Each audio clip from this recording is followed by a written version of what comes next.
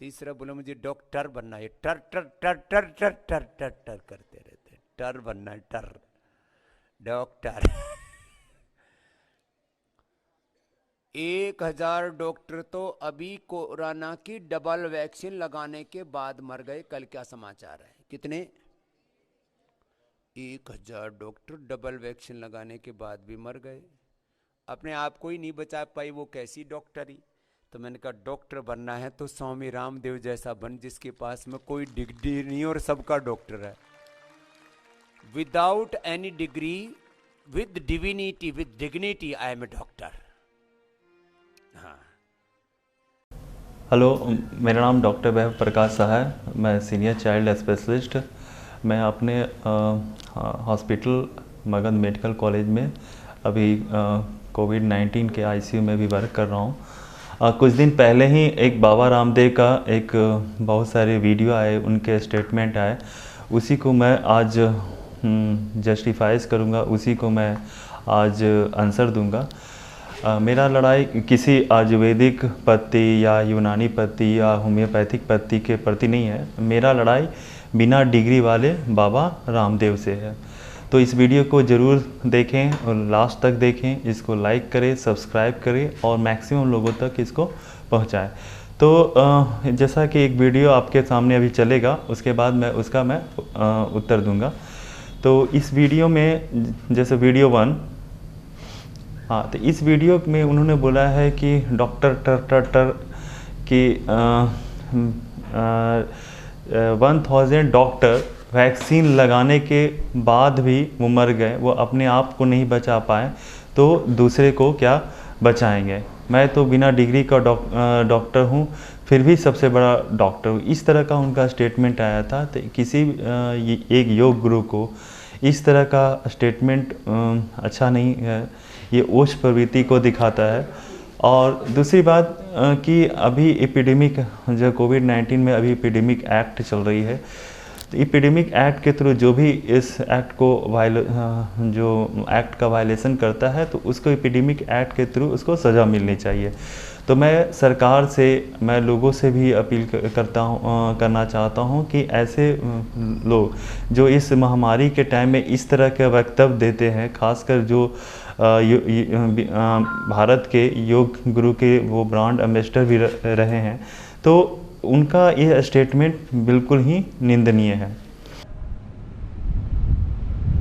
लाखों लोगों की मौत एलोपैथी की दवा खाने से हुई है। जितने लोगों की मौत हॉस्पिटल न जाने के कारण से हुई है, ऑक्सीजन न मिलने के कारण से हुई है, उससे ज्यादा लोगों की मौत ऑक्सीजन के बावजूद हुई है, दवा एलोपैथी की दवा मिलने के बावजूद हुई है, स्टीराइड की वजह से हुई है। ये कोई ताली बजाने की बात नहीं है, वैसी बात बता रहा हूं। ये पीड़ा की बात है कि लोग समझ ही नहीं रहे करें क्या। इसलिए अभी लाखों लोगों की मौत का कारण एलोपैथी है। आप कहेंगे फिर? मैं कहता हूं एलोपैथी साइंस पूरी खराब नहीं है, मॉडर्न मेडिकल साइंस का हम स्वागत करते हैं। इस वीडियो में जैसा योग गुरु बाबा रामदेव ने बताया है कि जो मरीज की मौत हो रही है वो एलोपैथिक जो मॉडर्न मेडिसिन है उसकी वजह से हो रही है। और इन्होंने बताया कि जो कोरोना में जो दवाइयाँ का यूज़ किया गया है, उन्होंने नाम भी बताया है कि इसमें स्टेरॉयड का यूज़ किया गया, एंटीवायरल में फ्लैवीफ्यू का यूज़ किया गया, डॉक्सीसाइक्लिन का यूज़ किया गया, इवरमेक्टिन का यूज़ किया गया। तो ये सब दवाइयाँ सब फेल कर गई है, ये कोई असरदार नहीं हुई है और बहुत सारे मरीज़ एलोपैथिक दवाइयाँ खाने से मर गए हैं। तो मैं आपको बता दूं, इस वीडियो के माध्यम से मैं आप सभी को मैं बताना चाहता हूं कि एलोपैथिक जो मेडिसिन है वो मॉडर्न मेडिसिन है और पूरे कंट्री में पूरे वर्ल्ड वाइज, पूरे दुनिया में ये एक्सेप्टेबल है और सभी देशों ने इसे अच्छे से एक्सेप्ट किया है। और हमारा देश, जो हमारे देश की इंडिया की जो रैंकिंग है एलोपैथिक मेडिसिन में, 2 ईयर पहले जो लैंसेट का जो हुआ था, इसमें आर्टिकल में जो उन्होंने रैंकिंग दिया था इंडिया को, इंडिया का रैंकिंग 145, माने 145वां स्थान पूरे वर्ल्ड में हमारा देश रखता है। आप समझ लीजिए कि हमारे देश में एलोपैथिक जो सिस्टम है जितना एडवांस होने चाहिए अदर कंट्री की तुलना में बहुत कम ही एडवांस है।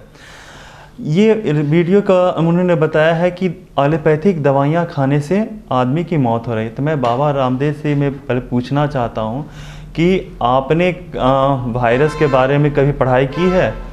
हम लोग को जैसे एमबीबीएस में सेकेंड ईयर में माइक्रोबायोलॉजी का एक सब्जेक्ट हो जाता है। माइक्रोबायोलॉजी के सब्जेक्ट में हमें बताया जाता है कि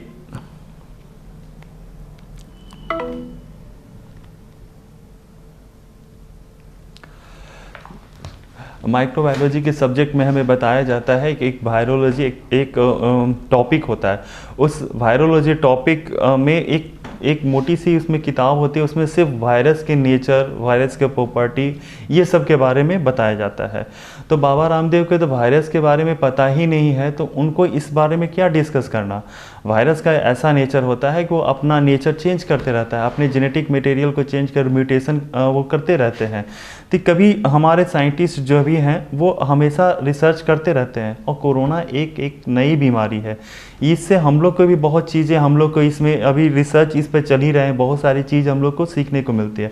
तो हम एलोपैथिक या मॉडर्न मेडिसिन में जो हम लोग इसका जो ट्रीटमेंट पेशेंट को दिया जाता है, तो इसमें सारे क्लिनिकल ट्रायल होते हैं, उसमें रिसर्च हो रहे हैं। उस रिसर्च के बेसिस पर एक जो हमारे साइंटिस्ट है, बड़े बड़े डॉक्टर का एक टीम बैठता है।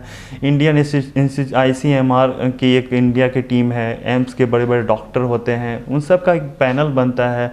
WHO world health of organisation का एक पूरे वर्ल्ड में वो सबसे बड़ी हेल्थ की ऑर्गेनाइजेशन है, वहाँ पर इसका एक प्रोटोकॉल बनाया जाता है। उसी प्रोटोकॉल को वो हम लोग को फॉलो करना होता है। लेकिन ये प्रोटोकॉल जो है समय समय पर वो चेंज करते रहती है, क्योंकि कोरोना वायरस हमारे लिए नई बीमारी है और हमारे लिए एक नई चैलेंज है। और वो वायरस के बारे में आपको जैसे पता हो कि हमेशा वो नेचर अपना चेंज करते रहता है, तो हमारे लिए हर एक बार नया चैलेंज आते रहती है।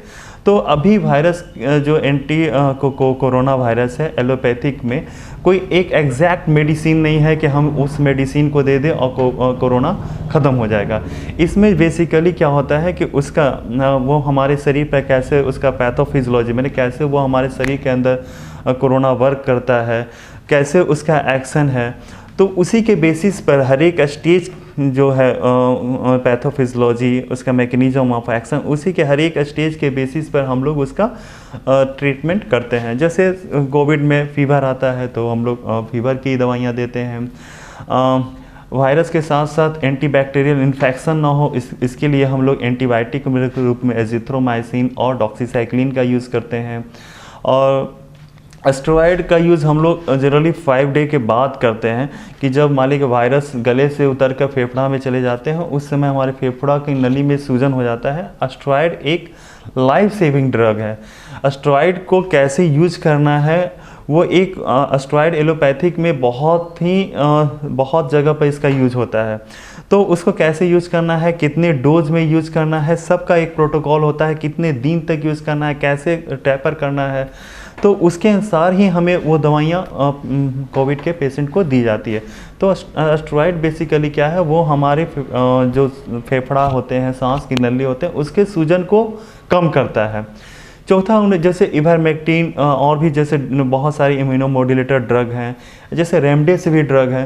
तो रेमडेसिविर ड्रग है वायरस के रेप्लिकेशन को ये रोकता है। लेकिन एम्स के भी डॉक्टर का एक टीम बैठा था दिल्ली एम्स में, उन्होंने बहुत अच्छे से टेली मेडिसिन के द्वारा बताया था कि एंटीवायरल ड्रग में रेमडेसिविर कब देना है, कब नहीं देना है।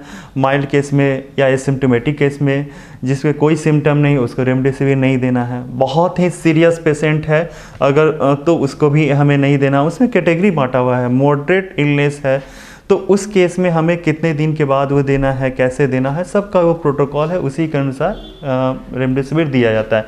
इनका कहना है कि रेमडेसिविर दवा लगाने से बहुत आदमी की मौत हुई है।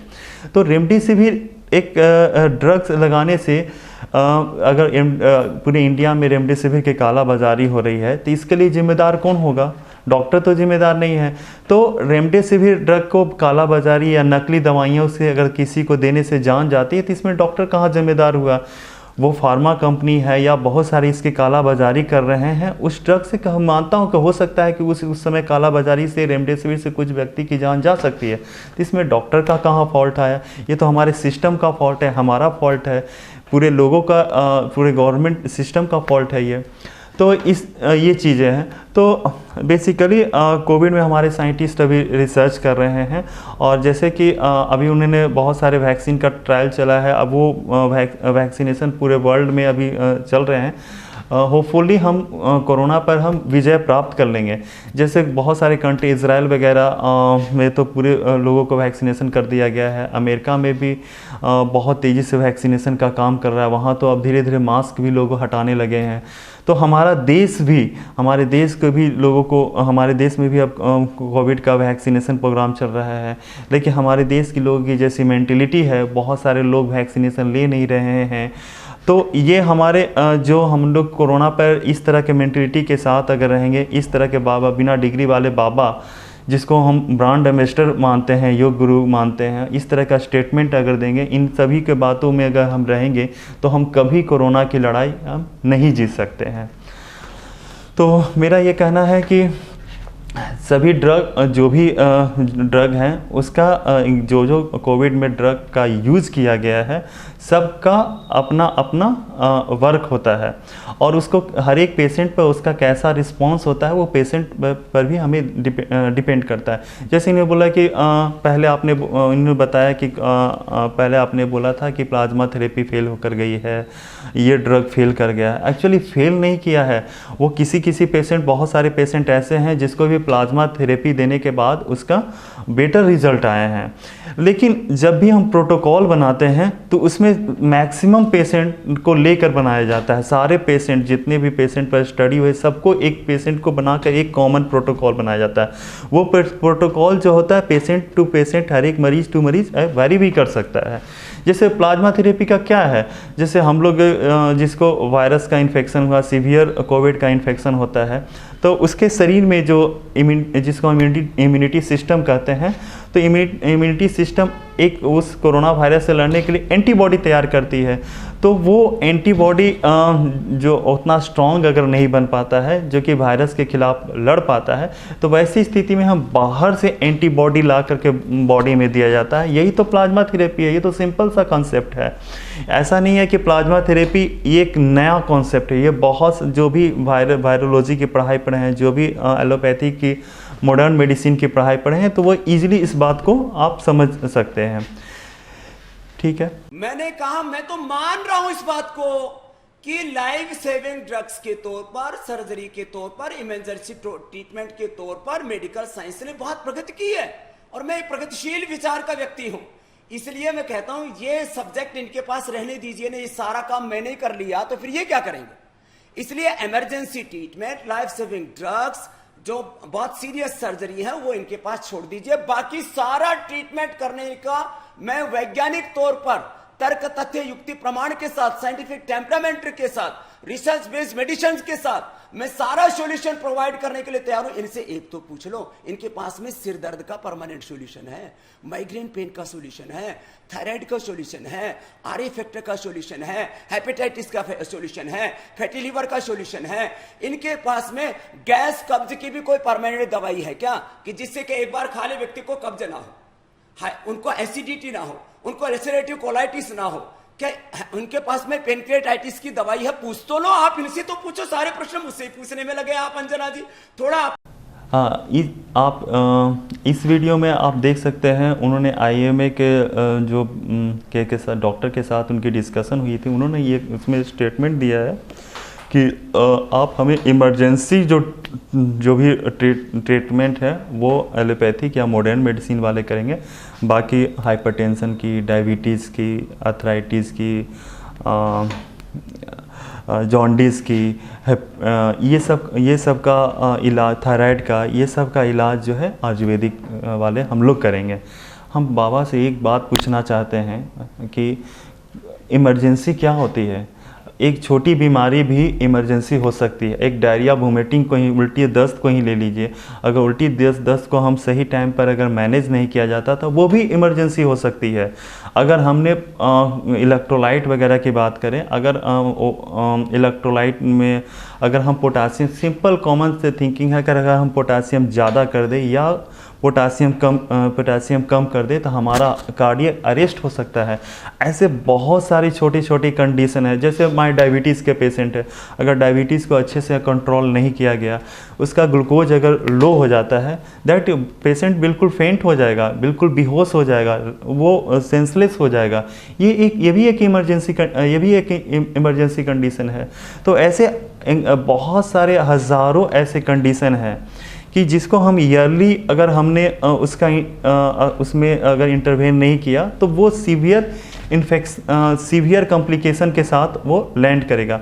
तो बाबा रामदेव जी से मैं पूछना चाहता हूँ कि वो इमरजेंसी किसको कहते हैं? हमारे लिए तो, हमारे एलोपैथिक मेडिसिन में तो हर एक छोटी छोटी चीज़ को अगर ईयरली सेकेंडरी, मैंने प्रीवियस वीडियो में बताया था कि किसी भी सेकेंडरी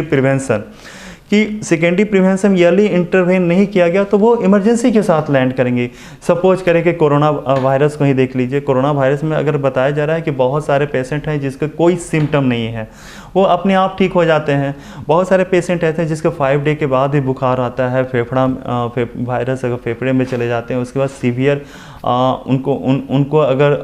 उनको अगर सीवियर निमोनिया हो जाता है, ब्रीदिंग डिफ़िकल्टी हो जाती है, और उसका फिर कॉम्प्लिकेशन क्या होता है कि उसके फेफड़ों में हार्ट में ब्लड के क्लॉट बनने लगते हैं, जिसके कारण मरीज की जान भी जा सकती है। तो वैसी स्थिति में अगर हम समय रहते स्टेरॉयड जो कि फेफड़े के सूजन को कम कर 5th डे पर अगर नहीं स्टार्ट किया, ब्लड थिनर का यूज नहीं किया, तो कभी भी पेशेंट की जान जा सकती है।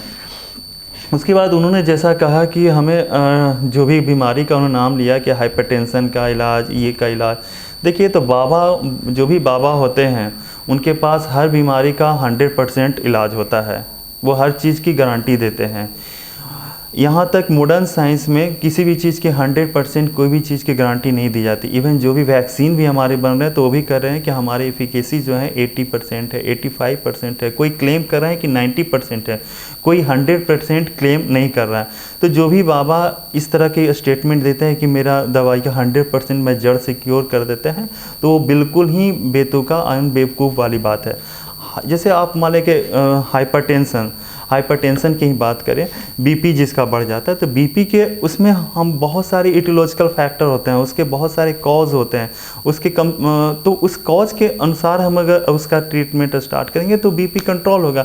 सपोज कीजिए हम जैसे बच्चों में मान लीजिए किसी का आँख का पावर कम है, तो वैसी स्थिति में उसको अगर सर में दर्द हो रहा है, अगर हम अच्छे से उसका हिस्ट्री लेंगे और उसे सिर्फ हम चश्मा प्रोवाइड करवाएंगे, पावर करेक्शन करेंगे, तो उसका हेडेक दूर हो जाएगा। अगर किसी को वर्क स्ट्रेस या किसी कारण से उसे अगर सर में दर्द हो रहा है तो उसको योगा प्राणायाम या लाइफ स्टाइल मॉडिफिकेशन कराएंगे तो उसका हेडेक बिल्कुल 100% ठीक हो जाएगा। अगर किसी को माइग्रेन है तो माइग्रेन है तो माइग्रेन का उसका ट्रीटमेंट स्टार्ट किया जाएगा, और माइग्रेन उसके साथ साथ उसका लाइफ स्टाइल को जो है मॉडिफिकेशन किया जाएगा, तो हम माइग्रेन को भी हम इजीली कंट्रोल कर पाते हैं। उसी तरह डायबिटीज़ भी है। डायबिटीज़ अगर टाइप 1 होते हैं, जिसमें क्या होते हैं कि टाइप 1 डायबिटीज़ में इंसुलिन का सिक्रीशन होता ही नहीं, जो हार्मोन्स होते हैं ग्लूकोज को रेगुलेट करने वाले, उसका सिक्रीशन होता ही नहीं है। तो टाइप 1 डायबिटीज़ वाले जो भी पेशेंट होते हैं, जो भी बच्चे, उसको डायरेक्ट इंसुलिन ही दिया जाता है, कोई जड़ी बूटी नहीं दिया जाता है। सेकेंड, जो टाइप 2 वाले डायबिटीज़ जो पेशेंट्स होते हैं, उसका क्या होता है कि जो हमारे जो पैंक्रियाज में जो रिसेप्टर होते हैं वो इंसुलिन से रेजिस्टेंट हो जाते हैं, जिसके कारण ग्लूकोज कंट्रोल नहीं होते। तो ऐसे पेशेंट को हम बोलते हैं कि आप योगा करो, प्राणायाम करो, लाइफ स्टाइल चेंज करो, जिससे इंसुलिन रेजिस्टेंसी जो है वो डिक्रीज कर जाए, और उसके साथ साथ हम लोग जो भी हमारे पास ड्रग ट्रीटमेंट अवेलेबल, उसके बेसिस पर हम लोग को बेस्ट वे तरीके से कंट्रोल करने का प्रयास करते हैं। मेरा कहने का सीधा सा मतलब है कि हर एक बीमारी के बहुत सारे इटियोलॉजिकल फैक्टर होते हैं। उस इटियोलॉजिकल फैक्टर के अकॉर्डिंग अगर हम ट्रीटमेंट देते हैं तो बीमारी बिल्कुल हम अच्छे से मैनेज कर सकते हैं। एक कोई चूर्ण ऐसा नहीं होता है कि एक चूर्ण एक आदमी को हाइपरटेंशन में दे दिए तो उसका हाइपरटेंशन बीपी ठीक हो जाएगा। एक चूर्ण जो इसको डायबिटीज़ में सेट कर गया तो वही चूर्ण उसको दूसरे को भी देंगे, सबका डायबिटीज़ गुजर सका। ये सब बातें बिल्कुल ही बेतुकी बातें हैं। मैं बाबा रामदेव से एक ही सवाल पूछना चाहता हूँ कि आप चाहते हैं कि ये सब बीमारियों जो आपने गिनाया, जैसे आप जॉन्डिस को ही ले लीजिए, जॉन्डिस होते हैं वो बहुत 5-6 तरह के होते हैं। हेपेटाइटिस ए के कारण हो सकते हैं, हेपेटाइटिस बी के कारण हो सकते हैं, हेपेटाइटिस सी के कारण हो सकते हैं, हेपेटाइटिस डी के कारण हो सकते हैं, हेपेटाइटिस ई के कारण होते हैं। तो जो जॉन्डिस हेपेटाइटिस ए के कारण हो सकते हैं या हेपेटाइटिस ई के कारण हो सकते हैं, वो तो 15 से 20 दिन में अपने आप ठीक हो जाते हैं। उसमें तो लोग गांव देहात में लोग झराते हैं, वो तो झराने से भी ठीक हो जाएगा। आप कोई दवाई नहीं लोगे तो भी ठीक हो जाएगा, और बाबा का चूर्ण खाओगे उससे भी ठीक हो जाएगा। लेकिन जो हेपेटाइटिस बी के कारण जो जॉन्डिस होते हैं, हेपेटाइटिस सी के कारण जॉन्डिस होते हैं, उसमें भी बहुत तरह के फैक्टर होते हैं कि वो उसमें सिम्टम है या नहीं है। किसी व्यक्ति में हेपेटाइटिस बी पॉजिटिव रहता है लेकिन बहुत कम सिम्टम रहते हैं। 10% ऐसे होते हैं जिसका बाद में चल के लीवर भी फेल होते हैं। तो उसका बहुत सारे क्राइटेरिया होते हैं। कोई ऐसी नहीं है कि जॉन्डिस के एक बूटी खिला दिए और लोगों को ठीक हो गए। अगर मान लीजिए किसी को ठीक हो भी गई तो हो सकता है कि हेपेटाइटिस ए होगा या हेपेटाइटिस ई होगा जो कि अपने आप ठीक हो जाती है। तो बाबाओं को ये सब चीज़ें पता नहीं रहता है, उसका एटियोलॉजिकल तो उन्हें पता नहीं है, उनको सिर्फ एक वर्ड पता है जॉन्डिस। तो मैं ये बात कहना चाहता हूँ कि ये सब जो बीमारी का आप नाम ले रहे हैं कि इसका इलाज आयुर्वेद के पास रहने दीजिए और इमरजेंसी उसके पास रहने दीजिए। तो आप यही कहना चाहते हैं ना कि ये सब केस हम का इलाज हम करेंगे, केस जब बिगड़ेगा तो मरीज को फिर एलोपैथ के पास भेजेंगे, वहाँ डॉक्टर के पास उसकी अगर जान जाती है तो उसके लिए एलोपैथिक वाले जिम्मेदार होंगे, वहाँ लड़ाई झगड़ा करेगा, वहाँ डॉक्टर को मारा पीटी करेगा। क्योंकि आपने तो भेजा है केस बिगड़ने के बाद इमरजेंसी कंडीशन में भेजा, इमरजेंसी आने ही क्यों देंगे। अगर हम अच्छे से मैनेजमेंट करेंगे, हमारी हेल्थ सिस्टम जो मैंने बताया कि पूरे वर्ल्ड में हमारी रैंकिंग 2 या 3 ईयर पहले एवेलुएट की गई थी, उसमें 145 है। अगर हमारे हेल्थ सिस्टम को हम और जो मॉडर्न मेडिसिन सिस्टम को और हम स्ट्रॉन्ग करते हैं तो ये नौबत ही नहीं आएगी हमें।